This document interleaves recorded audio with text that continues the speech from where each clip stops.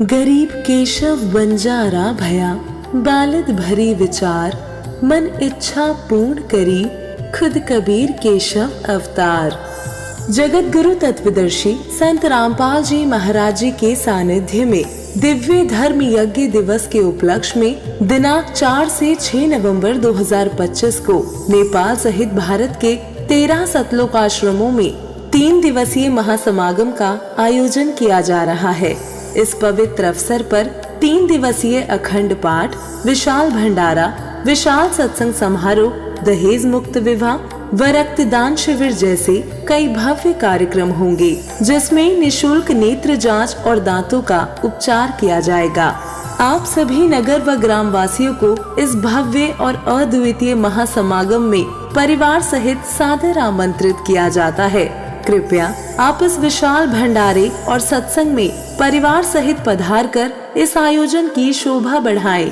इस कार्यक्रम का सीधा प्रसारण सतलोक आश्रम श्री धनाना धाम तहसील गुहाना जिला सोनीपत हरियाणा से 6 नवंबर 2025 को सुबह 9:15 बजे से साधना टीवी चैनल और संत रामपाल जी महाराज यूट्यूब चैनल और स्पिरिचुअल लीडर संत रामपाल जी महाराज फेसबुक पेज पर भी किया जाएगा। संत रामपाल जी महाराज एक ऐसे महान संत जिन्होंने अपनी सतभक्ति, तत्व ज्ञान, करुणा और सेवा के बल पर समाज में नई मिसाल कायम की है। संत रामपाल जी महाराज की अगुवाई में उनके सभी सतलोक आश्रमों से समाज कल्याण के अद्भुत कार्यों ने समाज को सुनहरे भविष्य की एक नई उम्मीद दिखाई है। संत रामपाल जी महाराज से नाम दीक्षा लेने के बाद लाखों लोगों की लाइलाज बीमारियां जैसे कैंसर, एड्स आदि ठीक हुई। संत जी के ज्ञान से प्रेरित होकर उनके अनुयायियों ने लाखों यूनिट रक्तदान किया। संत जी ने लाखों बहन बेटियों का दहेज मुक्त विवाह करवाया।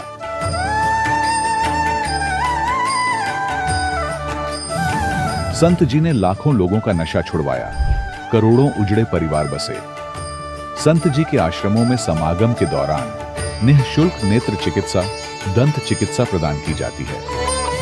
संत रामपाल जी महाराज द्वारा समय समय पर पर्यावरण संरक्षण के उद्देश्य से बड़े स्तर पर वृक्षारोपण किया जाता है। संत जी ने जरूरतमंदों को तत्काल राहत पहुंचाने के लिए एम्बुलेंस सेवा शुरू की। संत जी अपने अनुयायियों को देहदान के लिए प्रेरित करते हैं, जिससे मानवता की सेवा और चिकित्सा क्षेत्र में सुधार हो सके। संत रामपाल जी महाराज के सभी आश्रमों में हर रोज निशुल्क भंडारा आयोजित किया जाता है, जहां हर वर्ग, हर जाति और हर धर्म के लोग एक साथ बैठकर भोजन करते हैं।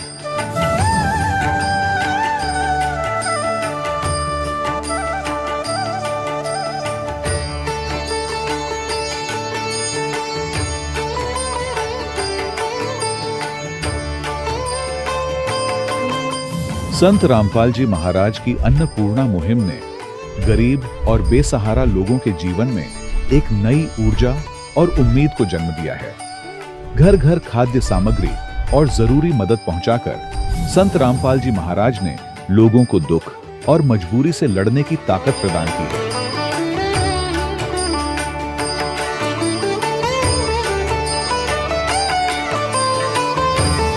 संत रामपाल जी महाराज द्वारा गरीब लोगों के लिए घर बनवाने का अद्भुत कार्य एक ऐसी मिसाल कायम कर रहा है जो सदियों सदियों संत जी की उदारता और दया भावना के तौर पर जाना जाएगा।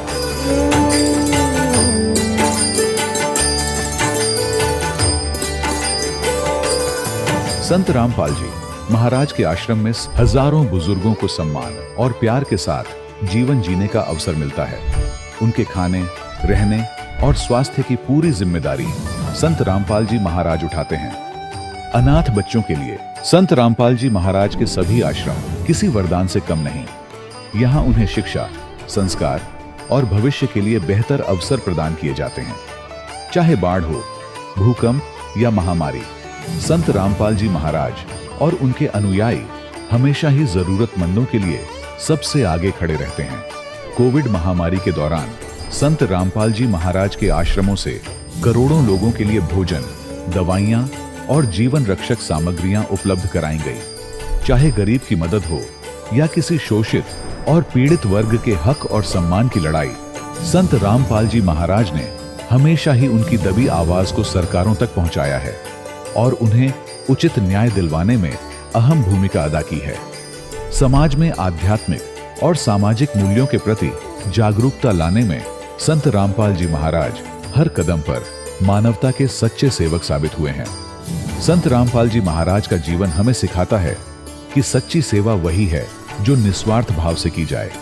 आइए हम भी इस महान सेवा के कार्य में इस महान संत से जुड़ें और संत रामपाल जी महाराज से नाम दीक्षा लेकर अपने जीवन को धन्य बनाएं।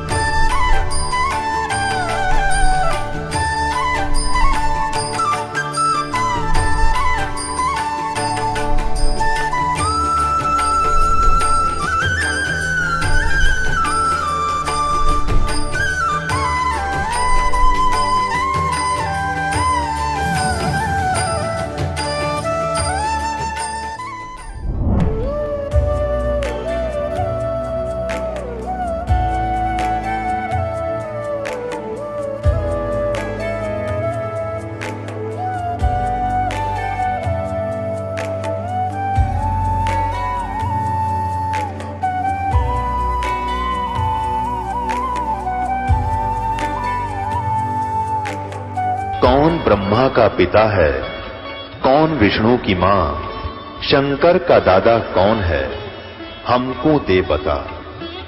ये जानने के लिए कृपया सुनिए।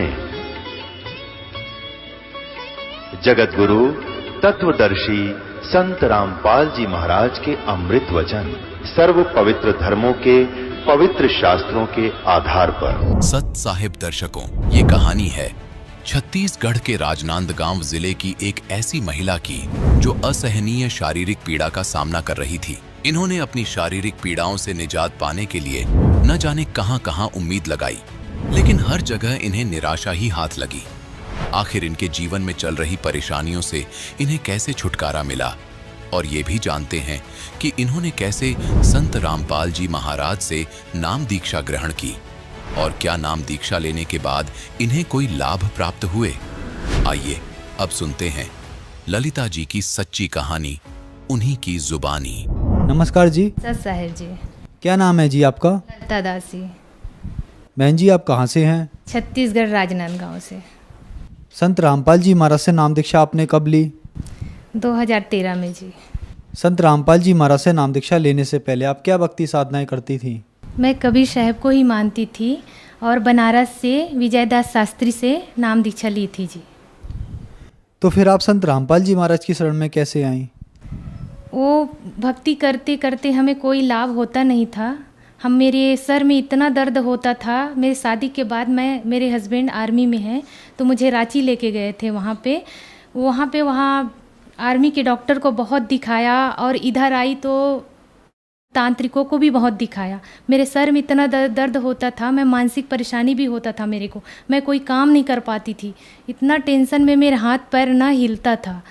तो मेरे हस्बैंड भी परेशान थे, क्या करें, इतना दिखाते हैं फिर भी ठीक नहीं होता करके। उसके बाद मेरी बहन ने बताया कि कोई सत्संग में चैनल में सत्संग आता है, वो संत बहुत अच्छा है, आप इधर आके देखो संत रामपाल जी महाराज के बारे में। तो हम गए वहाँ पे, संत रामपाल जी महाराज से नाम दीक्षा लिए। संत रामपाल जी महाराज से नाम दीक्षा लेने के बाद आपको क्या क्या लाभ मिले? पहला तो मेरा जो सर दर्द होता था, मानसिक परेशानी थी, वो ठीक हुई। और उसके बाद एक बहुत बड़ा लाभ और है, मेरे हस्बैंड जब रिटायर हो रहे थे आर्मी से, तो 1 महीना पहले उसको नींद आना बंद हो गया था। बहुत बेचैनी महसूस करते थे। अब ये सर्विस छूटने के बाद मेरा सरकारी जॉब तो लगेगा नहीं, क्या करेंगे हम। बहुत टेंशन में रहते रहते वो आए यहाँ पे, हम आए, रिटायर होके आ गए। फिर उन्होंने एक दिन हंसते हुए जाके, हमसे कोई झगड़ा लड़ाई कुछ नहीं, हंसते हुए जाके उधर मानसिक परेशानी के कारण उन्होंने वो पॉइज़न ले लिया। 2 लीटर पॉइज़न लिया, और वो जो लिया वो उसका हम नाम भी नहीं जानते, वो पॉइज़न कौन सा है। फिर उन्होंने ही फ़ोन किया कि मैं ऐसा ऐसा कर लिया, मैं यहाँ पे हूँ। तो हम मेरे लड़के और मेरे घर वाले जाके उनको शुक्ला हॉस्पिटल में एडमिट किए लाके।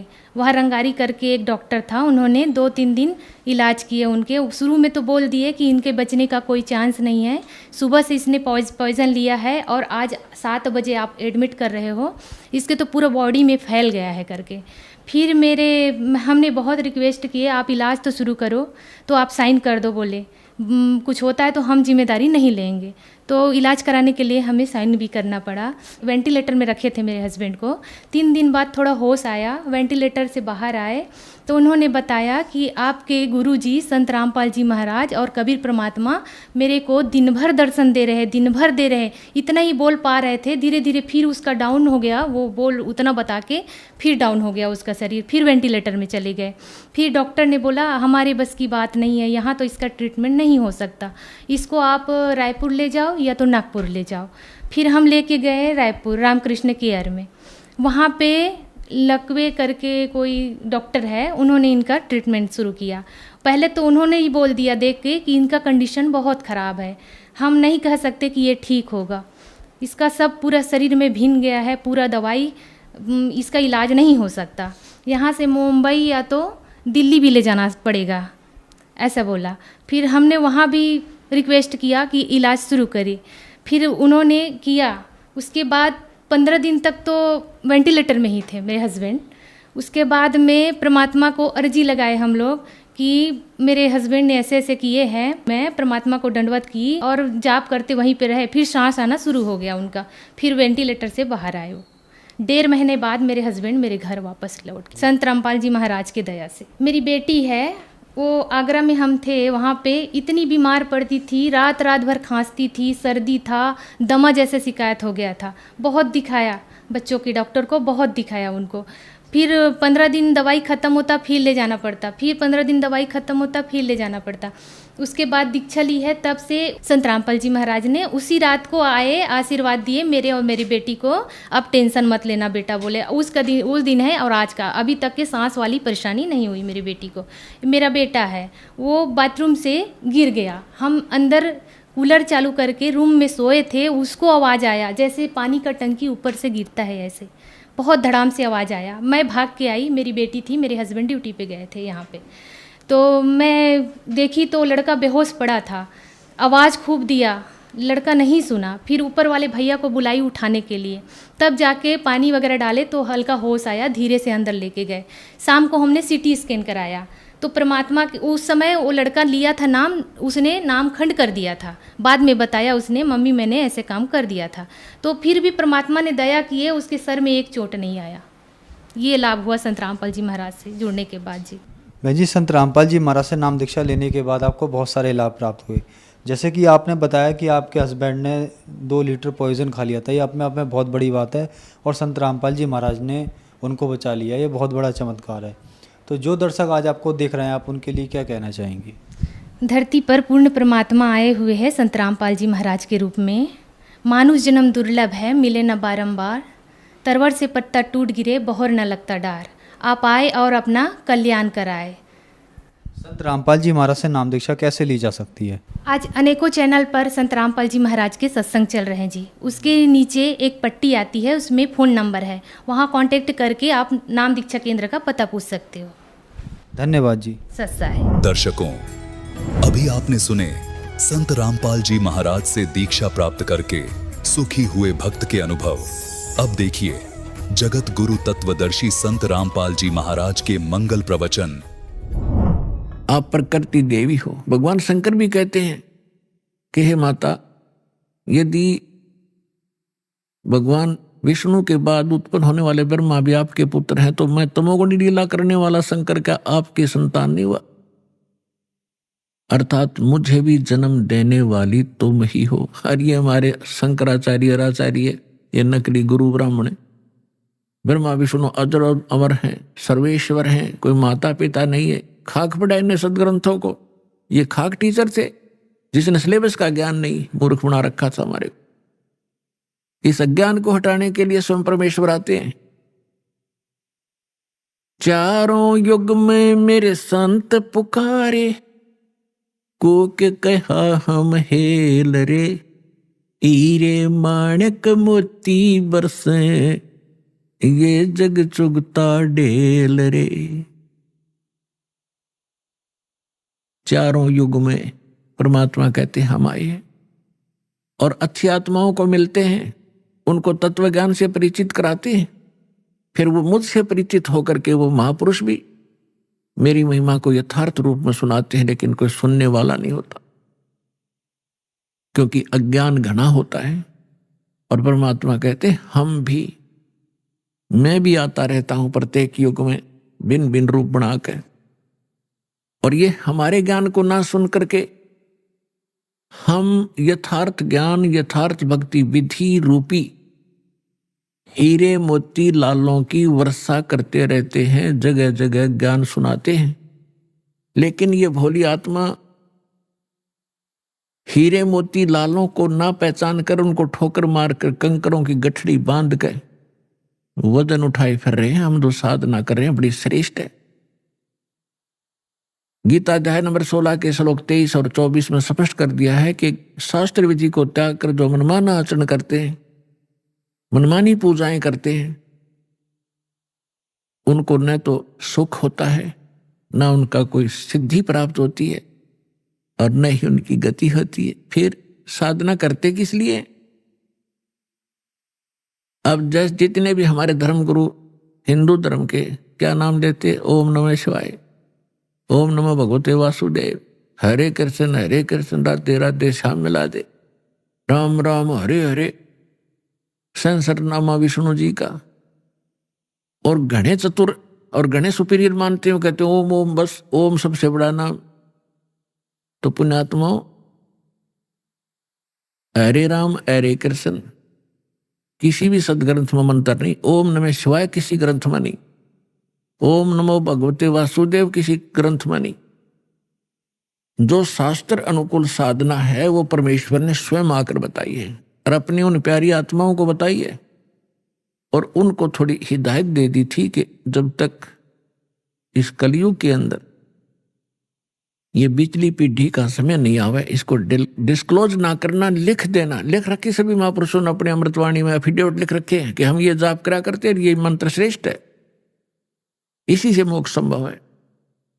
लेकिन सिलेबस को समझना स्टूडेंट के स्तर का काम नहीं है। पढ़ भी लेगा तो उसको समझ नहीं सकता, अप्लाई नहीं कर सकता, इसलिए टीचर गुरु की आवश्यकता होती है। तो जो गुरु रूप में परमात्मा आए थे, सतगुरु रूप में, फिर जिन महापुरुषों से मिले थे, उनको अधिकार दिया था ज्ञान सुनाने का, और फिर अब इस दास को भेजा है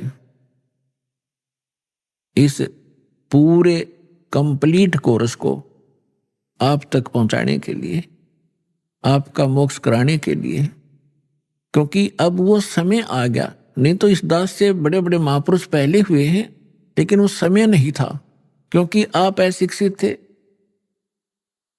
और अशिक्षा का लाभ ये नकलियों ने हमारा उठाया। ये संस्कृत बोलते रहे, हमने सोचा बड़े विद्वान हैं, इन्होंने खूब जाना होगा सदग्रंथों को। हमने परमात्मा को भी ठुकरा दिया, जिसमें 600 वर्ष पहले वो आकर ये ज्ञान सुनाया करते थे, जो आज सभी सदग्रंथों में ज्यों का त्यों पाया। तो पुण्यात्मा, 100 शुक्र मनाना उस परम पिता के। वहां ये आए, यहां आकर के उन्होंने कितने कष्ट झेले हमारे लिए। परमात्मा के उसी इतिहास को जो 600 वर्ष पहले परमेश्वर कबीर जी यहां आए थे, ये ज्ञान सुनाया करते थे, जो दास आज उसी परम पिता का दिया हुआ एज इट इज आप तक पहुंचा रहा हूं। अपनी तरफ से इसमें कोई मिलावट नहीं कर सकता, क्योंकि जीव का जो ज्ञान होगा वो घटिया होगा, परमात्मा का ज्ञान वो सत्य होगा। तो वो सत्य ज्ञान आप तक पहुंचा रहा हूं, ये सत्संग कर रहा हूं। परमात्मा ने सत्संग किया था, या उन महापुरुषों ने जो भगवान से मिले थे, लेकिन उनको रिजेक्ट कर दिया हमने, क्योंकि हम बालक थे, हम अशिक्षित थे, अनजान थे। आज परमात्मा ने आपको अक्षर ज्ञान कराया। ये अक्षर ज्ञान आपके लिए विष है। बेशक आप कितने विद्वान पाग्य हो, डॉक्टर, इंजीनियर, जज, वकील बन गए हो, भगवान की भक्ति नहीं है तो खाक है। ये एक रोजी रोटी तो कहीं चला ले इंसान, कल मृत्यु होगी, गधा अपने कुत्ता अपने के खाज लग गए, और क्या खाओगे फिर? आपको केवल इस ही जीवन का ज्ञान है, आपको भविष्य का, आगे का नहीं। आगे के ज्ञान बिना ये खाक ज्ञान है फिर। तो ये ज्ञान देना जरूरी था। मालिक को मालूम था कि बिगड़ेंगे, ये अहंकार हो गया आपके अंदर। 2 कौड़ी का 2 छोटा सा पोस्ट मिल जाए, फूला नहीं समाता, और कल मृत्यु होकर गधा बन जाए, क्या क्या रे माटी होती है उसकी। और पहले आप देखो पिछले इतिहास उठा के, हमारे पूर्वजों के कितने विनम्र थे, कितनी दया थी उनके अंदर, कितने नेक विचार थे। और आज हम किस स्तर पर पहुंच चुके, इस विद्या की देन है। लेकिन मालिक को मालूम था कि मेरा ज्ञान ऐसा है, इनको फिर सेट कर देगा, लेकिन शिक्षा प्राप्त हुए बिना ये मुझे समझ नहीं सकते, इनका कभी कल्याण नहीं हो सकता। इसलिए आपको ये अक्सर ज्ञानदाता ने अनिवार्य समझा, तभी आपसे काटने नहीं दिया, निश आग को आपके निकट नहीं आने दिया, 4 युग चले गए। अब इसका हम फायदा उठाएंगे। अब हम बकवादों में चल पड़े, टीवी देखते हैं, बेहुदे ढंग के कपड़े पहनते बहन बेटियां भी, और इसको बड़ा विकास मानते हो, अच्छे घरों की लड़कियां हैं, ये खाक है। ऐसे कार्टून बनकर निकलती हैं घर से, लड़के भी लड़कियां भी। तो इस विद्या की देन है ये। अब इस ज्ञान से हमें पता चलेगा, लज्जा आया करेगी हमें ऐसे ऐसे बकवाद करने में, और हम भगवान भजेंगे और अपना कल्याण करवाएंगे। सतगुरु आए दया करी, ऐसे दीन दयाल, बंदी छोड़ व्रतास कहा, जठरगनी प्रतिपाल। सतगुरु आए दया करी, ऐसे दीन दयाल। होय होय, हम किसी भयंकर गलती करके आए सतलोक में, बड़ी थाली का ठोकर मार का आए हम, और आज हम एक टुकड़े के लिए कोई देश जाता है, कोई परदेश जाता है। उसके लिए गरीबदास साहिब जी कहते हैं, उत्तर दक्षिण पूरब पश्चिम फिरदा दाने दाने नो, सर्व कला सतगुरु साहिब की, हरि आए हरियाणे नु।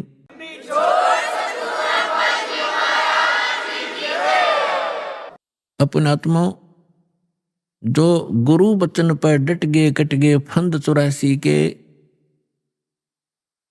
भाई जो गुरु बचन पर डट गए कट गए फंद 84 के, भाई जो गुरु बचन पर डट गए कट गए फंद 84 के, कट गए फंद 84 के, रकट गए फंद 84 के, भाई जो गुरु बचन पे डट गए रकट गए फंद 84 के।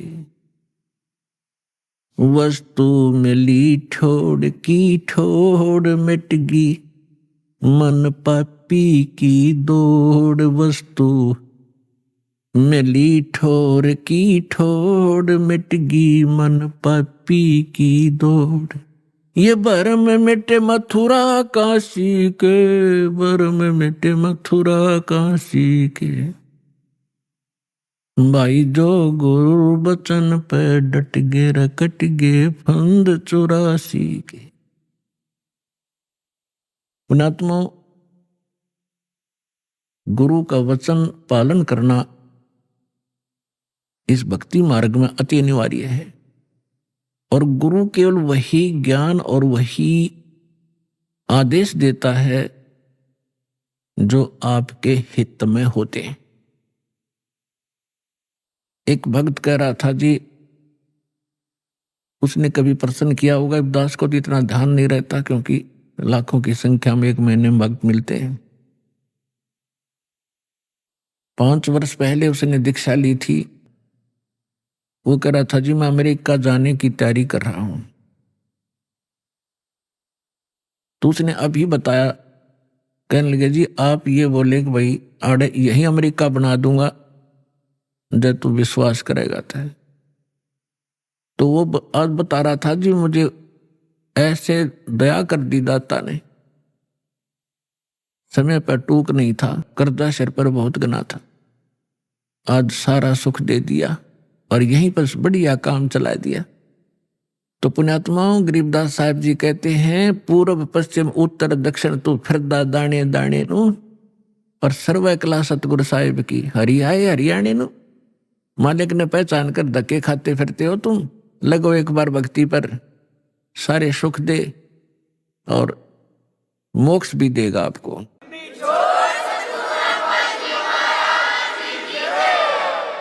पुण्यात्माओं, सबसे पहले हमने अपने लाल की परख करनी होगी कि जिस लाल को हम लिए फिरते हैं ये वास्तव में लाल है भी कि नहीं। तो उस परखने के लिए हमारे पास कुछ पैमाना होना चाहिए। तो पैमाना कौन सा होगा? सदग्रंथ प्लस में उन महापुरुषों का आंखों देखा एफिडेविट कि परमात्मा जिनको मिले। तो आज आपको एक झलक परमात्मा की सुनाएंगे।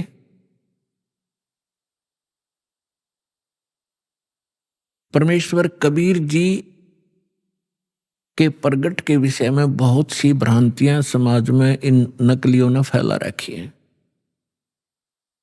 क्या फैला रखी है कि कबीर साहब किसी विधवा ब्राह्मणी के कोख से जन्म हुआ था, वो शर्म के मारे बाहर डाल आई। ये बकवाद है और उन दुष्ट लोगों की बनाई हुई कहानियां हैं जो भगवान से हमें दूर रखना चाहते थे, लेकिन वास्तविकता इसके बिल्कुल विपरीत है। परमात्मा स्वयं कहते हैं, अवधू अवगत से चला आए, मेरा कोई भेद मर्म ना पाया। ना मेरा जन्म ना गर्भ बसेरा, बालक बन दिखलाया। काशी नगर जल कमल पटेरा, तहां जुलाहे न पाया। मात पिता मेरे कछु नाही, ना मेरे घर दासी। जुल्हे का सुत आने कहाया, जगत करे मेरी हासी। स्वयं परमात्मा ने आके बताया कि मेरे कोई मात पिता नहीं थे,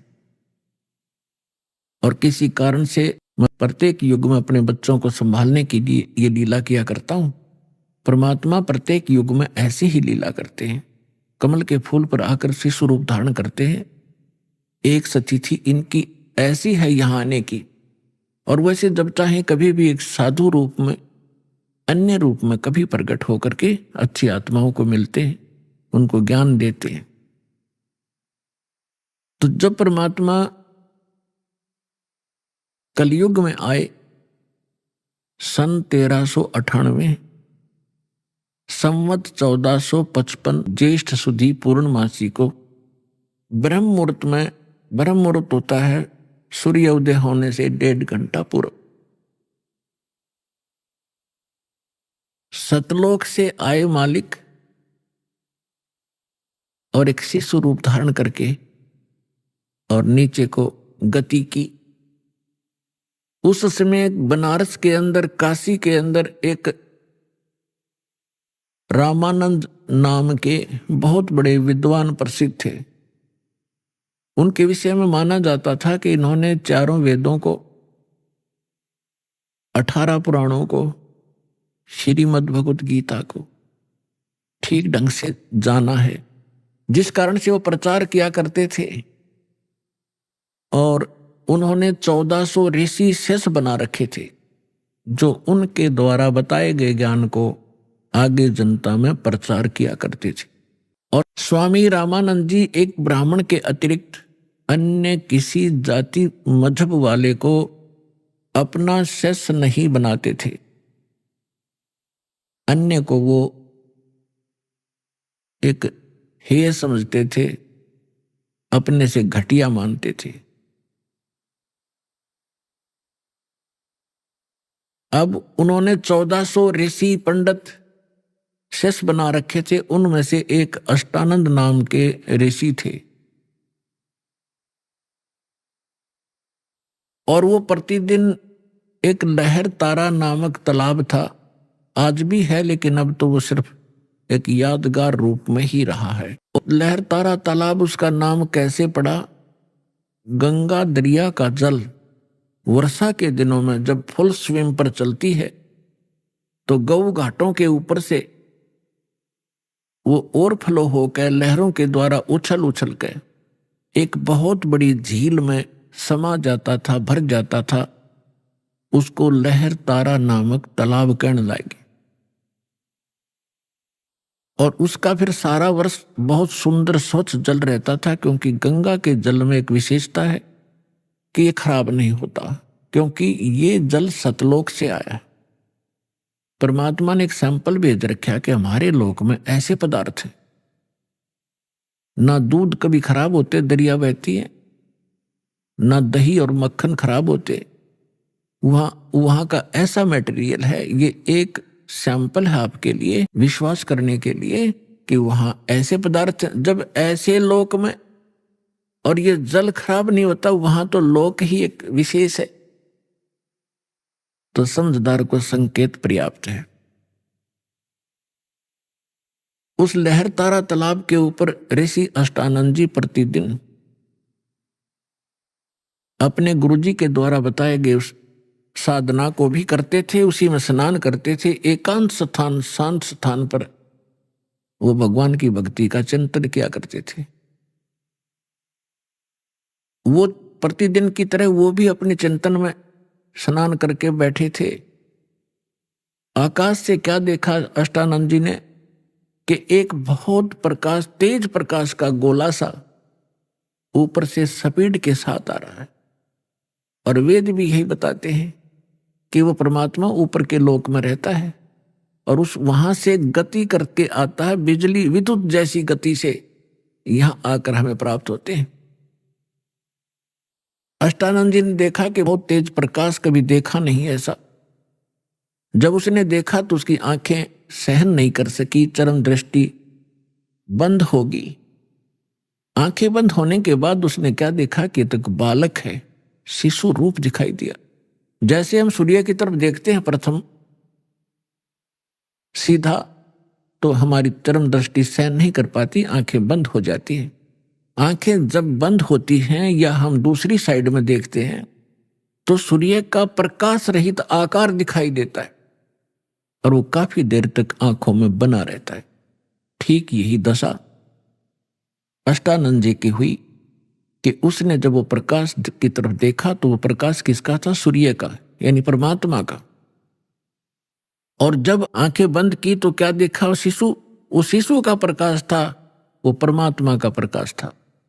दोबारा उसने जब आंख खोली तब तक वो प्रकाश लहर तारा तालाब के एक कोने में सिमट चुका था, समाप्त हो गया था। अब अष्टानंद जी अंदर ही अंदर बड़े खुशी हुए। उसने सोचा कि शायद आज मेरी कोई भक्ति की विशेष उपलब्धि मुझे हुई है और इसके बारे में अपने गुरु जी को बताऊंगा। वो उठकर चले गए। अपने गुरु रामानंद जी से कहा कि स्वामी जी, आज मैंने ऐसे ऐसे एक अजीबोगरीब घटना मेरे साथ हुई। हे प्रभु, ये मेरी भक्ति की उपलब्धि है या कोई मेरा भ्रम है? स्वामी जी ने कहा कि बेटा, ये न तेरी भक्ति की उपलब्धि है और न ही तेरी कोई भ्रम है।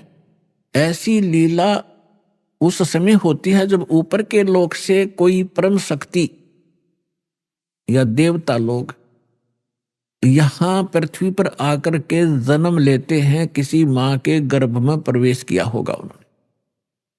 ये तारे से जब टूटते हैं तो उसने बताया कि ऐसे लक्षण हैं। और वो कुछ दिनों में यहां इस काशी बनारस में किसी मां से जन्म लेकर के वो दिव्य शक्ति अपना कोई कार्य करने के लिए ऊपर के लोकों से आते हैं। अब जितना स्वामी जी ने ज्ञान था अपने शिष्य का समाधान किया, शिष्य संतुष्ट हुआ। अब इन ऋषि महर्षियों ने वही भगवान देखे हैं जो मां से ही जन्म लेते रहे। श्री राम, श्री कृष्ण और बाकी 18, 25 जो 8, 9 जो बताते हैं, ये ऐसे आते हैं।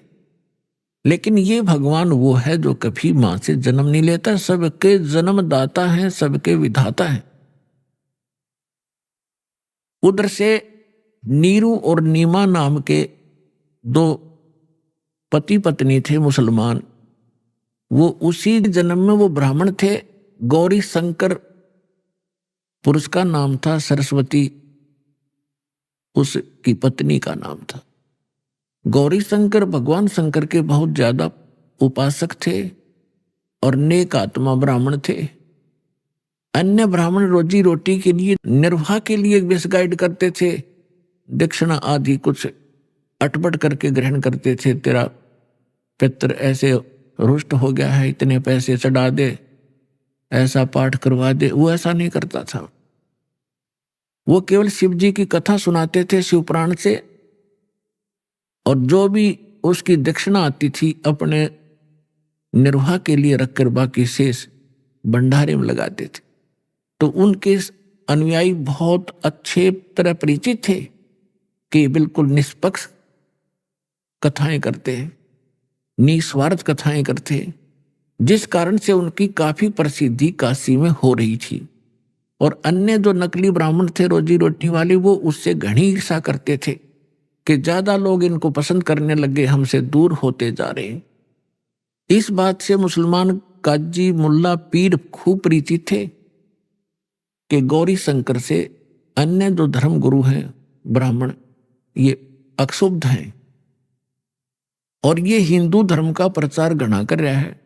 इसलिए उन्होंने बाई फोर्स गौरी शंकर सरस्वती को मुसलमान बना दिया।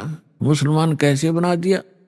अपना जूठा पानी करके गली में खड़ा होकर और उनके ऊपर फेंक दिया, उनके कपड़े में फेंक दिया और उनके मुंह में डाल दिया। तो अन्य जो ब्राह्मण थे वो तो इसी दाव में थे। किसी दिन यूं फंसे, सबने मुनादी करा दी, गौरी शंकर मुसलमान बन गया है, उसको जाति से डाल दिया है, उसका गंगा में स्नान करना बंद कर दिया। अब सारे हिंदू उनसे बाइकाट कर गए। तो वो विवश हुआ, उनका नाम रख दिया नूर अली गौरी शंकर का, और नियामत रख दिया उसकी पत्नी नीमा का, नियामत। तो इस प्रकार फिर अपभ्रंश करके उनको नीरू और नीमा कहने लगे। अब पहले उनकी रोजी रोटी चलती थी कथा की दक्षिणा से, अब दक्षिणा मिलनी बंद होगी, रोजगार की समस्या हुई। उन्होंने एक सिंपल सा काम जिसमें कोई पैसा नहीं लगना था, ऐसा काम शुरू कर दिया कपड़ा बुनने का। और समय के बीत जाने पर उनको जुलाहा कहने लगे। नीरू नीमा निसंतान थे, उनका कोई संतान नहीं थी। 60-62 साल की उम्र उनकी हो चुकी थी। भले ही वो मुसलमान बन गए थे, लेकिन भगवान शंकर को दिल से भुला नहीं पाए थे। कोई भी आपत्ति आती थी या कोई विशेष कसक होती थी, भगवान शंकर को ही वो याद किया करते थे। भले ही वो मुसलमान रीति को भी निर्वाह कर रहे थे, उसको भी चल रहे थे। अपने आत्मा उनको संतान नहीं थी। अब जो उस समय एक ऐसी धारणा समाज में फैला रखी थी नकली ब्राह्मण गुरुओं ने कि जिसका संतान नहीं वो सबसे निकम्मी आत्मा है, उसकी सुबह सुबह दर्शन भी नहीं होने चाहिए। तो जिस कारण से जिनका संतान नहीं होती थी वो खूब समझते थे कि सामने वाला बाइकाट कर गया, गली बदल गया, रास्ता चेंज कर गया। मुझे देखकर वो बहुत कुड़ कर अपना जीवन व्यतीत किया करते थे। यानी संसार की परंपरा से उस व्यक्ति को जिसके संतान नहीं है वह सबसे मनहूस माना जाता था। और भगवान के अध्यात्म ज्ञान के आधार से वो परिवार, वो दंपति, वो पति पत्नी एक नंबर के हंस और पुण्यात्मा होते हैं। पुण्यात्मा का मतलब है कि उनका फाइनल मैच होता है जय सतगुरु मिल जाता है। वो उनका कहीं किसी से अब लेन देन नहीं रहा, ना पुत्र का ना पुत्री का संस्कार शेष है। और यदि उनको सतगुरु मिल जाए, भक्ति ठीक कर लें, उनका बेड़ा पार तुरंत हो जाए उसी जीवन में। अब ये ना समझना कि जिनका संतान है वो पुण्यकर्मी नहीं है, नहीं, जिनको सतगुरु मिल गए मनुष्य जीवन में दोनों ही पार हैं, दोनों ही पुण्यकर्मी प्राणी।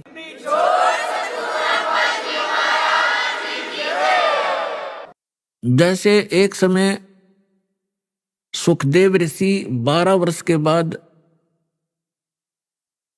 माँ के गर्भ से जन्म लिया, 12 वर्ष की आयु पेट में हो गई थी उसकी। पुण्यात्मा, ये कुछ आध्यात्मिक ऐसे पॉइंट होते हैं जो वर्तमान के इन वैज्ञानिकों का गला उतरा नहीं, पर लेकिन गले ना उतरे तो बेशक, लेकिन वह बात झूठ नहीं हो सकती। 12 वर्ष की आयु का जब माँ के गर्भ से बाहर आया, आते ही उठकर चल पड़ा। व्यास जी का पुत्र था, व्यास जी की पत्नी से उसका जन्म हुआ था। तो व्यास जी इंतजार करते थे, विद्वान पुरुष थे, ये कोई अच्छी आत्मा है जो 12 वर्ष तक माँ के गर्भ में, माँ को मालूम भी नहीं, इतना कोई पीड़ा नहीं हो रही है। इस आशा से उसने कहा कि बेटा बेटा, लेकिन सुखदेव ऋषि ने पीछे मुड़कर नहीं देखा, अपने पिता की शक्ल भी नहीं देखी, चलते चलते कह रहा है कि पिताजी, कि हे ऋषि जी, व्यास जी कह रहे हैं कि पुत्र मैंने तेरी 12 वर्ष इंतजार करी, मुझे अपना शक्ल तो दिखा दे। एक वह वो पुत्र मोह में घना वश हो रहा था। तो ऋषि जी कहते, चलते चलते सुखदेव कहते हैं कि ऋषि जी, ना जाने कितनी बार तू मेरा बाप हो लिया और ना जाने कितनी बार मैं तेरा बाप हो गया।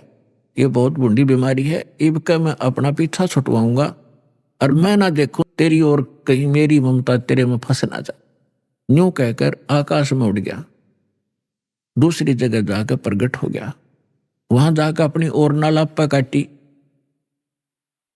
कहने का भाव ये है, फिर सुखदेव ऋषि ने कहा था कि एक लेवा एक देवा दूतम, कोई किसी का पिता नहीं पूतम। ये ऋण संबंध जुड़ा एक ठाठा, अंश में सब 12 बाट। ये तो एक दूसरे का संस्कार है, कोई देने आ रहा है, कोई लेने आ रहा है। जैसे आज हम संस्कार बढ़ा रहे हैं, कोई रिश्वत लेता है, आज वो रिश्वत ले रहा किसी से 1,00,000 1.5 लाख रुपए, अगले जन्म में वो दामाद बनकर लड़की भी ले जाएगा और वो पैसे भी लेगा। बिरान माटी होगी फिर हमारी नो, फिर या गधा बनकर देना पड़ेगा, किसी की भैंस बनकर देना पड़ेगा, फिर दूध नहीं दे उसके इंजेक्शन लाओगे, दे लट्ठा लठरेंगे। तो अपने इस संस्कार को हम अब खत्म करेंगे।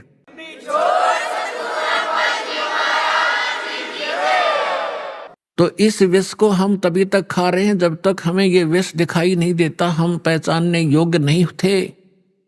और जब हम पहचानने योग्य हो जाएंगे कि ये विष है, उसके विषय में सुख संवेद में कहा है, जैसे कर का जहर का रंग होरी हो, कहो कौन तिस खावे राम रंग होरी हो। जैसे कण पड़ा हो किस विष का, और ये पता हो ये विष का कण है, कहते कौन छुएगा उसको, खान की तो बहुत दूर बात, हाथ भी ना लावे, किसी और कपड़े तो पकड़ेगा और पता नहीं मिट्टी में दबा का होगा, कहीं और भी ना खा ले। और परमात्मा की भक्ति करने से ही सुख होगा, होरी माने खुशी होगी। तो नीरू निमान का कोई संतान नहीं थी, और कि इसीलिए पुण्यात्मा थी, भगवान आ गया गोदी में।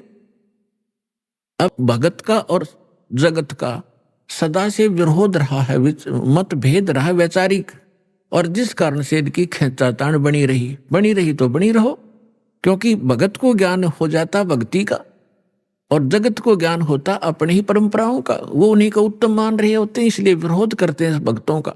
ये तो जाकर लंबे पड़े वहां पर, ये पता नहीं कैसे कर रहे हैं, ये मुसलमान रहे ना हिंदू, मतलब इस तरह की वो बातें करते हैं। करने दो, हम अपने इस ज्ञान के आधार से आगे बढ़ते रहेंगे, एक दिन पूरा विश्व स्वीकार करेगा ये ऐसा गजब का मार्ग है और इसी से सुख है।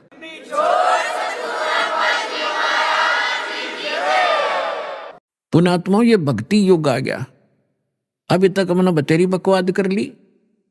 एक बार दास गोवा के अंदर गया हुआ था। गोवा एक स्टेट है समुद्र के किनारे, वहां इन दूसरे देश को हम विकसित देश मानते हैं। अभी आपने सुने संत रामपाल जी महाराज के मंगल प्रवचन। आइए अब सुनते हैं संत रामपाल जी महाराज से नाम दीक्षा लेकर सत भक्ति करके अद्भुत लाभ प्राप्त करने वाले अनुयायी के विचार। दर्शकों, क्या बिना सच्चे गुरु के परमात्मा की प्राप्ति संभव है? हमारे शास्त्र स्पष्ट कहते हैं, बिना सच्चे गुरु के यह असंभव है। ऐसी ही एक कहानी है यमुनानगर, हरियाणा की सोनिया सैनी जी की। जिन्होंने शिव जी, साईं बाबा, लक्ष्मी जी की भक्ति के साथ 16 सोमवार के व्रत भी किए। पर ऐसा क्या हुआ जो इन्होंने तमाम भक्ति साधनाओं को छोड़कर संत रामपाल जी महाराज से नाम दीक्षा ग्रहण की। दर्शकों, आइए सुनते हैं सोनिया सैनी जी की ये अद्भुत कहानी उन्हीं की जुबानी। जी नमस्कार। नमस्कार सर। क्या नाम है जी आपका? सोनिया सैनी। सोनिया जी, कहाँ से आए हैं आप? यमुनानगर से। संत रामपाल जी महाराज से नाम दीक्षा लेने से पहले आप क्या भक्ति साधनाएं करते थे? संत रामपाल जी महाराज से दीक्षा लेने से पहले हम जैसे हिंदू परंपरा के अकॉर्डिंग सभी देवी देवताओं की भक्ति करते थे। मैं शिव भगवान में ज़्यादा आस्था रखती थी शुरू से ही, बचपन से ही, मतलब जब से मैंने होश संभाला था, आप लगा लो 5-6 साल से ही मैं शिव भगवान जी को काफ़ी मानती थी, उनकी बहुत पूजा आराधना करती थी। और जैसे छोटे से ही मैंने शुरू कर दिया था व्रत रखना। सोमवार के मैं व्रत रखती थी और व्रत रखते टाइम जैसे 16 सोमवार कर दिया, उसके बाद हम जैसे भोजन खिलाते थे, गरीबों को भोजन खिलाते थे। मैं खुद अपने हाथ से ही, जैसे मम्मी की हेल्प से हम बनाते थे, वो खिलाते थे। उसके बाद क्या हुआ, शिव भगवान को की भक्ति करते करते धीरे धीरे क्या हुआ, जैसे सीरियल वगैरह में हम देखते हैं तो माता रानी का हमने देखा, माता रानी वैष्णो माता का हमने देखा, तो वैष्णो माता का हमने खूब किया, बहुत शुरू कर दिया कि मैं एक फ़ोटो लेके आई वैष्णो माता की। वैष्णो माता गई थी मैं जब मैं 8th स्टैंडर्ड में थी, 8वीं कक्षा में पढ़ती थी तब, तो मैं वैष्णो माता की एक मूर्ति लेके आई थी, तो वहाँ से भी हम उसकी बहुत पूजा करती थी, बहुत भक्ति की मैंने वैष्णो माता की, व्रत भी किए मैंने। फिर क्या हुआ, जैसे हम और होता है हमारे समाज में, जैसे सभी देवी देवताओं को मानते हैं, तो मैंने क्या किया, साईं जी, साईं बाबा को भी हमने बहुत माना, मतलब उनकी बहुत भक्ति करते थे। जब हम कॉलेज टाइम में थे, कॉलेज जाती थी तो मतलब काफ़ी डिस्टेंस है हमारे गांव से, जो कॉलेज है सिटी है वहाँ तक, लेकिन फिर भी हम मतलब घबराते नहीं थे, जाते थे और वहाँ पे भी बहुत पूजा करते थे, सेवा करते थे। फिर उसके बाद जैसे क्या हुआ, आ गया कि हाँ भाई जो लक्ष्मी जी हैं उनके भी व्रत रखने चाहिए। तो मन में आस्था थी, हाँ भाई भगवान मिले, चाहे वो कैसे भी मिले, किसी भी रूप में मिले, बस ये था कि भगवान मिले। तो लक्ष्मी जी को भी हमने व्रत करना शुरू कर दिया। जैसे किसी ने बोल दिया कि हाँ अभी आप लक्ष्मी का भी करो, तो लक्ष्मी जी के व्रत करने हमने शुरू कर दिए। सोनिया जी, हमारा सवाल यहाँ पर यह है कि आपकी एक खोज थी भगवान पाने की, तो क्या संत रामपाल जी महाराज से जुड़ने के बाद आपकी वो खोज पूरी हुई? देखिए, करते थे काफ़ी पूजाएं की, तो क्या हुआ, हमारी रिश्ता तय हुआ, जो संत रामपाल जी महाराज जी के शिष्य थे, उनके घर में हमारे रिश्ता तय हुआ। तो उन्होंने क्या किया कि हमें एक पुस्तक दी, ज्ञान गंगा। तो ज्ञान गंगा ऐसे ही उस समय मैं MA कर रही थी, तो एग्ज़ाम का टाइम था, तो मैंने उस पर इतना ध्यान नहीं दिया, क्योंकि मेरी थिंकिंग ये थी, ध्यान इसलिए नहीं दिया कि मुझे जैसे पता लगा था ना ससुराल की तरफ से कि इन्होंने गुरु बना रखे हैं, तो मेरी थिंकिंग ये थी कि मेरे और भगवान के बीच में, क्योंकि मैं भक्ति खूब करती थी, जागरण वगैरह भी हम करते थे मेरे पापा, तो मेरे और भगवान के बीच में थर्ड पर्सन की कोई ज़रूरत नहीं है, यानी कि मुझे गुरु की कोई आवश्यकता नहीं है। गुरु क्या होते हैं, बस उनके विषय में मेरा यही था कि गुरु कुछ नहीं है, भगवान और हम जो हैं वो सब कुछ है, ठीक है। तो ऐसे करके थोड़े दिन के बाद ससुराल से कॉल आई, उन्होंने बोला कि आपने वो पुस्तक पढ़ी? तो हमने कहा नहीं, हमें टाइम नहीं मिला, नहीं पढ़ी। तो उन्होंने कहा उसको एक बार पढ़ो, तो हमने कहा वो मोटी है, हम क्या पढ़े, उसमें से कुछ समझ तो आता नहीं। तो उन्होंने बोला कि आप ऐसा करो, सृष्टि रचना उसमें से पढ़ो। तो हमने क्या किया, चलो जब इतना प्रेशर कर रहे हैं, बोल रहे हैं कि पढ़ो एक बार, देख तो ले क्या है, क्योंकि मैं गीता जी भी मैंने पढ़ी हुई है, भगवत गीता के मेरे ताऊ जी के पास थी, वो भी मैंने पढ़ी हुई है, और ये जो रामायण महाभारत है ये भी मैंने पढ़ी हुई है, तो उनके विषय में मुझे थोड़ी नॉलेज थी। लेकिन चलो आध्यात्मिकता के तरीके से मैंने सोचा कि चलो पढ़ लेते हैं, सृष्टि रचना है क्या। तो मैंने उसमें से सृष्टि रचना पढ़ी। सृष्टि रचना पढ़ने के बाद में मुझे ज्ञान हुआ कि हाँ हम कौन है, कहाँ से आए हैं, ठीक है, और हमारा क्या उद्देश्य है। आज तक मुझे ये नहीं पता था कि हम कौन है, कहाँ से आए हैं। तो उसके थ्रू जैसे मुझे पता लगा कि सृष्टि रचना पढ़ते पढ़ते ही मेरी आंखों से आंसू आए, तो मैंने किया कि यस, ये कबीर जी ही गॉड है, परमात्मा है, और हम तो आज तक जो है अंधेरे में थे। ऐसे करके परमात्मा की दया से मुझे, संत रामपाल जी महाराज की दया से मुझे वो ज्ञान हुआ। नहीं तो बताते हैं ना कि गुरु बिना ज्ञान नहीं होता, वाकई ये बात सच है कि गुरु बिना ज्ञान नहीं होता है। और मैं इसी गलतफहमी में थी कि नहीं यही सब कुछ है, जो हम पूजा करते हैं यही सब कुछ है, लेकिन नहीं, ऐसा कुछ नहीं है। जो भी हम भक्ति करते हैं उसके लिए कोई बेस होना चाहिए, और हमें यही नहीं पता था कि हम क्या पूजा कर रहे हैं क्या नहीं। सोनिया जी, हमारा सवाल ये है कि हर एक श्रद्धालु संत रामपाल जी महाराज जी से इसलिए भी नाम दीक्षा लेता है ताकि उसे आध्यात्मिक, भौतिक और आर्थिक लाभ मिले, हम आपसे ये जानना चाहेंगे कि क्या आपको संत रामपाल जी महाराज से नाम दीक्षा लेने के बाद लाभ मिले? हाँ जी, बहुत लाभ मिले हैं, क्योंकि वो सच्ची भक्ति है, उससे मुझे बहुत लाभ मिले हैं। सबसे पहले तो संत रामपाल जी महाराज ने, मतलब जैसे मैंने प्रथम नाम लिया था, तुरंत उसके बाद ही मैं आश्रम में गई हुई थी। मेरे हाथ में इसमें एक गांठ थी, तो इसको ये काफ़ी सालों से थी, 6-7 सालों से थी, जब से मैंने होश संभाला था, मतलब तब से थी ये मेरे हाथ में। तो छोटी थी पहले, तो धीरे धीरे ये बड़ी हो गई। तो इसके लिए मैंने बहुत कुछ किया, डॉक्टर को भी दिखाया। डॉक्टर बोलते थे कट लगा के ऐसे तो हल्का सा ऑपरेशन करके इसको निकाल दिया जाएगा, लेकिन उसके बाद भी कोई गारंटी नहीं होती थी कि जैसे जब हम निकाला है तो कैंसर बनने का भी खतरा होता है। तो इस चीज़ से मुझे डर था। उसके लिए मैंने बहुत किया, झाड़ फूंक वगैरह सब, मतलब जैसे पीर वगैरह पर जाते हैं, प्रसाद वगैरह चढ़ाते हैं, कबूल देते थे जब जगत में थे। लेकिन क्या हुआ, जैसे ही संत रामपाल जी महाराज दीक्षा ली, 4 महीने ही मुझे हुए थे, मैं आश्रम में गई हुई थी, तो अचानक ही परमात्मा ने मेरी ये रसोड़ी गायब कर दी। तो ये मेरे लिए बहुत बड़ा चमत्कार था, ठीक है, कि मेरी ये रसोड़ी जिसके लिए मुझे इतना वो करना पड़ा, ये परमात्मा ने ठीक कर दी।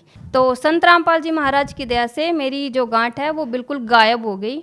उसके बाद संत रामपाल जी महाराज ने मुझे जीवन दान दिया।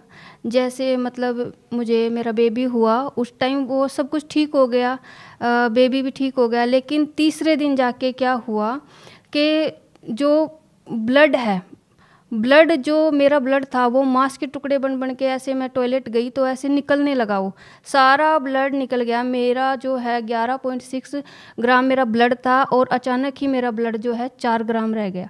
तो डॉक्टर भी हैरान थे। डॉक्टरों को लगा कि भाई ऐसा, मतलब ऐसी सिचुएशन तो होनी नहीं चाहिए थी। जब 3 दिन हो गए सब कुछ ठीक था, तो उसके बाद क्या हुआ, उन्होंने तुरंत मुझे आईसीयू में वो ले गए। अचानक ही फिर मेरी हार्ट बीट भी बढ़ने लगी, चेस्ट में इन्फेक्शन हो गया, तुरंत काफ़ी सारे रोग एकदम से हो गए। तो डॉक्टर घबरा गए, डॉक्टर को लगा कि पता नहीं क्या हो गया। आईसीयू में मुझे एडमिट किया, वेंटिलेटर लगाया। उसके बाद तुरंत मेरे ईसीजी किया, एक्सरे वगैरह किया कि क्या है क्या नहीं, कुछ समस्या समझ नहीं उनके आई, तो वो भी हैरान थे। उसके बाद क्या हुआ कि नाइट का समय था, 12 बजे हुए थे, 12 बजे के करीब क्या हुआ, अचानक ही मेरी हार्ट बीट बिल्कुल डाउन हो गई। तो जो नर्स है वो आई, वो घबराई, उन्होंने सभी डॉक्टर को बुलाया।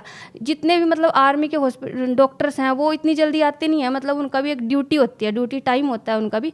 लेकिन क्या उन्होंने उनको कॉल किया, सभी आए, 10-12 टीम आई। वो हैरान हो गए कि इसको हुआ क्या, अचानक की हार्ट बीट डाउन कैसे हो गई है। उनको ये हुआ कि अब ये शायद बचेगा नहीं पेशेंट, लेकिन उन्होंने भी पूरा जोर लगाया, उन्होंने पूरा जो ट्रीटमेंट था वो सब किया। उसके बाद भी उनको लगा कि ये पेशेंट नहीं बचेगा। फिर क्या हुआ, परमात्मा, जो संत रामपाल जी महाराज थे वो साथ थे। मुझे सब कुछ दिखाई दे रहा था, मुझे ये था एक पैरालाइज की तरह हो जाते हैं ना, ऐसा मेरे हाथ पैर हिल नहीं रहे थे, लेकिन क्या है, सुनाई दे रहा था, सब कुछ दिखाई दे रहा था, हिल नहीं पा रहा। तो मालिक संत रामपाल जी महाराज जी ने जो हमें मंत्र जाप दिया है वो किया, उनकी कृपा से सब ठीक हुआ, मतलब मुझे जीवन दान मिला है। और ये बात डॉक्टर्स ने भी मानी है कि आप किसी की शरण में थे, इसीलिए आप जो है बचे, नहीं तो हमारे बस की ये बात नहीं थी कि आपको बचा पाएँ। तो ये लाभ मुझे मिला। तो उसके बाद क्या हुआ कि जैसे मुझे इंजेक्शन लगते थे, थाई में मुझे इंजेक्शन लगते थे और एंटीबायोटिक दी जाती थी, तो मुझे बड़ी रोना आता था इस चीज़ से कि मेरे साथ ऐसा क्यों हुआ। तो जबकि मैं संत रामपाल जी महाराज की शरण में हूँ, तो फिर भी मेरे साथ मतलब ऐसी सिचुएशन क्यों हुई। तो मालिक से ऐसा क्वेश्चन, संत रामपाल जी महाराज से मेरे मन में अंदर ही अंदर एक क्वेश्चन आता था कि ऐसा क्यों हो गया जबकि मैं शरण में थी। फिर उसके बाद दोष आ गया मन में। तो क्या हुआ, उधर से हम तेलंगाना से यहाँ आ गए, हरियाणा, तो यहाँ आके हमने नाम शुद्ध कराया। नाम शुद्ध कराने के जस्ट बाद 1 महीना बाद ही संत रामपाल जी महाराज मेरे सपने में आए। सपने में आप ये लगा लो कि जैसे होता है ना कि जागृत अवस्था भी है और सपना सा भी है, ऐसे आए। उन्होंने मुझे सब कुछ दिखाया, मेरा जैसे ही मेरी डेथ हो चुकी है ऐसे उन्होंने मुझे दिखाया संत रामपाल जी महाराज ने। और ऐसे उन्होंने बताया कि बेटा अब तुझे, मतलब तेरे अंदर तो ये है कि ये किया, मतलब तुझे दुख क्यों हुआ, लेकिन तुम्हें नहीं पता था कि बेटा ये तुम्हारी मृत्यु थी। उन्होंने बिल्कुल क्लियर मुझे दिखाया कि ऐसे मैं मरी हुई हूँ, मरी ऐसे। परमात्मा संत रामपाल जी महाराज आए, उन्होंने मुझे आशीर्वाद दिया, उनके आशीर्वाद से मुझे जीवन दान मिला। उन्होंने मुझे क्लियर सब कुछ दिखाया टोटली। और वो बच्चा भी जैसे कोई आई, एक माई जैसे सपने में ही आई एक लेडीज, उन्होंने बच्चे को मेरे साथ दिया और उन्होंने बोला कि देखो तुम बड़े की शरण में हो, तुम बड़े भगवान की शरण में हो, इसलिए तुम्हें जीवन दान मिल गया और तुम्हारी जगह मैं अब जा रही हूँ। वो बच्चे को दे के मुझे गई और मेरे को बोली कि इस बच्चे का ध्यान रखना। तो ऐसे मुझे संत रामपाल जी महाराज ने ये प्रूफ कराया कि हाँ बेटा तेरी मृत्यु थी और तुझे ऐसे बचाया गया।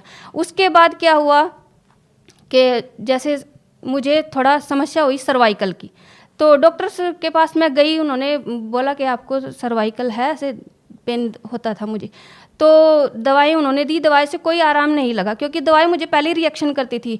तो संत रामपाल जी महाराज से मैंने प्रार्थना की कि मालिक, अगर संत रामपाल जी महाराज अगर आपके ही बच्चों को मतलब ऐसा होने लग जाए तो फिर आम जनता की तो क्या बात। तो संत रामपाल जी महाराज से जैसे ही प्रार्थना की तो नेक्स्ट डे ही वो मेरा सर्वाइकल बिल्कुल ठीक हो गया। और मैं तकिया भी लेती हूँ, कोई दिक्कत नहीं, जबकि डॉक्टर ने बोला आप कभी तकिया मत लेना, लेकिन मैं लेती हूँ आराम से, कोई दिक्कत नहीं है। उसके बाद क्या हुआ कि मेरी ये हड्डी है, जो एडी की हड्डी है, वो बढ़ गई। उसके लिए भी मैंने काफ़ी दवाएं की, यमुनानगर हॉस्पिटल में भी की, कमांड हॉस्पिटल में भी की। वो क्या करते थे, पेन किलर दे देते थे, लेकिन उससे कोई आराम नहीं होता था। ठीक है, और वो चलता रहा, कई महीने चलता रहा। उसके बाद डॉक्टर बोले आपकी जो हड्डी है इसमें इंजेक्शन लगाना पड़ेगा। अब इंजेक्शन से मुझे मतलब ये था कि नहीं, मैं नहीं लगवाऊंगी। तो फिर संत रामपाल जी महाराज के चरणों में अरदास लगाई कि संत रामपाल जी महाराज ऐसे ऐसे हो गया। तो परमात्मा संत रामपाल जी महाराज का उत्तर है कि बेटा कोई बात नहीं, भगवान दया करेंगे।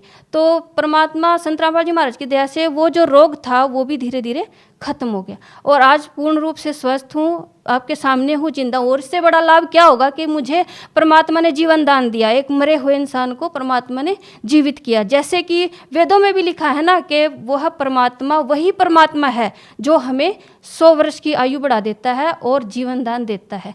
और इसके अलावा मेरा बेटा है, वो उसको भी एक रोग हो गया था जिसको मसान का रोग बोलते हैं। वो मिनट मतलब सेकंड में सुसु करने लग गया था, वो छोटा ही था। उस समय भी संत रामपाल जी, हमने डॉक्टर को भी दिखाया था, वो ठीक नहीं हो पाया था, 3 दिन हो गए थे लगातार ऐसे करते करते। तो संत रामपाल जी महाराज से प्रार्थना की, जैसे ही प्रार्थना की वैसे ही वो रोग एकदम खत्म हो गया। ये देखकर मेरे जो कज़न आई हुई थी वो भी हैरान थे कि मैंने उनके सामने ही दवाएं को फेंका के देखो, अब मैं फेंक रही हूँ दवाएं, और अब देखना मेरे संत रामपाल जी महाराज इसको कैसे ठीक करते हैं। और वैसा ही हुआ, मेरे संत रामपाल जी महाराज जी ने उस रोग को भी बिल्कुल ठीक कर दिया। तो मेरे जो पापा हैं वो ड्रिंक करते थे, तो उसकी वजह से हम काफ़ी परेशान रहते थे, घर में लड़ाई झगड़े होते रहते थे। मम्मी के साथ भी मारपीट हो जाती थी उनकी। और हम जैसे एजुकेटेड हैं तो हमें भी थोड़ा लगता था कि हम इतने एजुकेटेड हैं और हमारे जो पापा हैं वो ड्रिंक कर रहे हैं, तो समाज में क्या संदेश जाएगा। हम अपने पापा को समझाते भी थे, लेकिन वो नहीं, मतलब उनको लगता नहीं था कि हाँ भाई छोड़ पाऊँगा मैं। ये दिन क्या हुआ, पापा ने खूब झगड़ा किया, मम्मी को भी मार दिया। तो हम डिसाइड कर लिया कि अब बहुत हो गया, तो अब हम चलेंगे। तो हमने क्या किया, मेरे पापा दुर्गा जी को मानते थे, तो हमने क्या किया, गीता उठाई और संत रामपाल जी महाराज की बुक उठाई और गीता उनके पास गए, उनको समझाया। तब मेरे पापा जी को समझ आया। उसके बाद उन्होंने धीरे धीरे ज्ञान सुनना शुरू कर दिया, सत्संग देखना शुरू कर दिया। तो उन्होंने नाम दीक्षा ले ली और आज वो ठीक हैं, कोई ड्रिंक नहीं करते हैं। ऐसे ही मेरे ससुर जी थे, वो भी ड्रिंक करते थे। धीरे धीरे वो भी हमको देख कर उन्होंने भी ड्रिंक करना छोड़ दिया। और आज मतलब जो फैमिली है उसमें ऐसा माहौल है, जैसे बोलते हैं ना, परमात्मा के संत रामपाल जी महाराज बताते हैं कि सतलोक जैसा माहौल है। आप क्या कारण मानते हैं कि आपने अन्य संतों से नाम दीक्षा लेकर के इतनी सारी भक्ति की, फिर भी आपको कोई लाभ नहीं मिला? क्या कारण मानते हैं? ये कारण ये है कि वो जो साधनाएं थी वो शास्त्र के विरुद्ध थी, यानी कि वो हमारा मनमाना आचरण था। जैसे किसी ने बोल दिया कि आप क्या शिव के व्रत रख लो, आप विष्णु के व्रत रख लो, आप ये कथा कराओ, वो कराओ आप, तो वो हमारा मनमाना आचरण था, उससे लाभ तो होना ही नहीं था, क्योंकि वो शास्त्र के विरुद्ध साधना थी। सोनिया जी, आपने एक बहुत बड़ा प्रश्न ये खड़ा कर दिया है कि जो साधनाएं आप पहले कर रहे थे वो शास्त्र के विरुद्ध थी। ये आप कैसे बोल सकते हैं और आपके पास क्या प्रमाण है? ये ऐसे बोल सकते हैं क्योंकि जो हमारी गीता जी है, गीता जी में स्पष्ट लिखा हुआ है कि 16 के 23 श्लोक में कि जो शास्त्र विरुद्ध को त्याग कर मनमान आचरण करते हैं उनकी ना तो गति होती है ना उनको कोई सुख प्राप्त होता है। ठीक है, इसलिए जब गीता जी में ही हमारे लिखा हुआ है तो, और वेदों में भी लिखा हुआ है कि ये जो मनमाना आचरण है, इस मनमाने आचरण से कोई भी लाभ व्यक्ति को नहीं मिलता है। ठीक है, जब हम संत रामपाल जी महाराज की शरण में आए, उन्होंने हमें बताया, ये सब ज्ञान कराया, तब हमें पता लगा कि हाँ, शास्त्र के अनुसार साधना क्या होती है, तत्वदर्शी संत कौन होते हैं, और उन्हीं से दीक्षा लेने से हमें पूर्ण लाभ और पूर्ण मोक्ष की प्राप्ति होगी।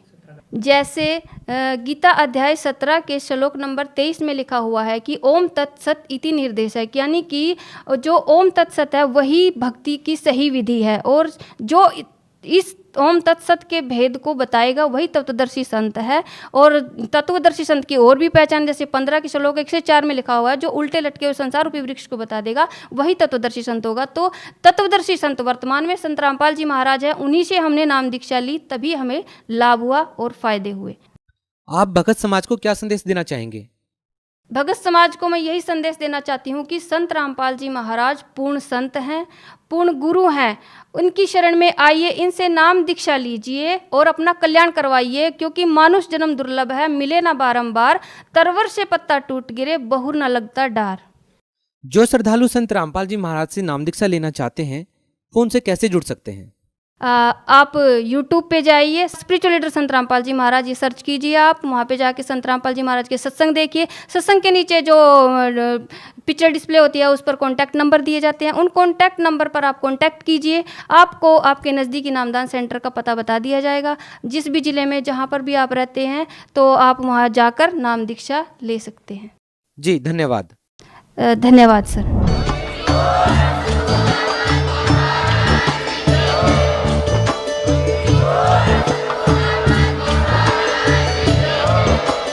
आप सुन रहे थे जगत गुरु तत्वदर्शी संत रामपाल जी महाराज जी के मंगल प्रवचन। अधिक जानकारी के लिए विजिट कीजिए हमारी वेबसाइट www.jagatgururampalji.org। संत रामपाल जी महाराज जी के शुभ आशीर्वाद से पूरे विश्व भर में 500 से भी ज्यादा नाम दीक्षा केंद्र हैं, जिन पर संत रामपाल जी महाराज जी द्वारा ऑनलाइन निशुल्क नाम दीक्षा दी जा रही है। अपने नजदीकी नाम दीक्षा केंद्र का पता करने के लिए संपर्क करें 8222880541।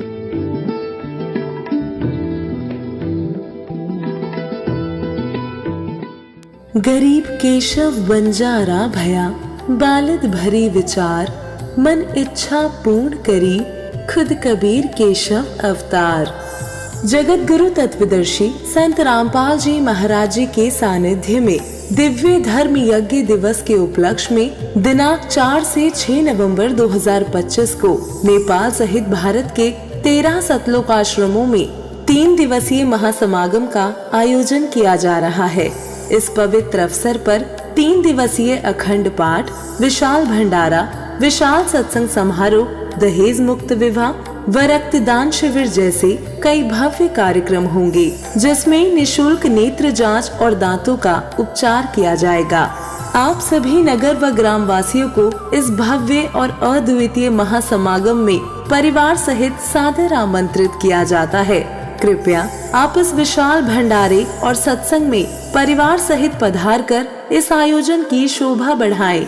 इस कार्यक्रम का सीधा प्रसारण सतलोक आश्रम श्री धनाना धाम तहसील गुहाना जिला सोनीपत हरियाणा से 6 नवंबर 2025 को सुबह 9:15 बजे से साधना टीवी चैनल और संत रामपाल जी महाराज यूट्यूब चैनल और स्पिरिचुअल लीडर संत रामपाल जी महाराज फेसबुक पेज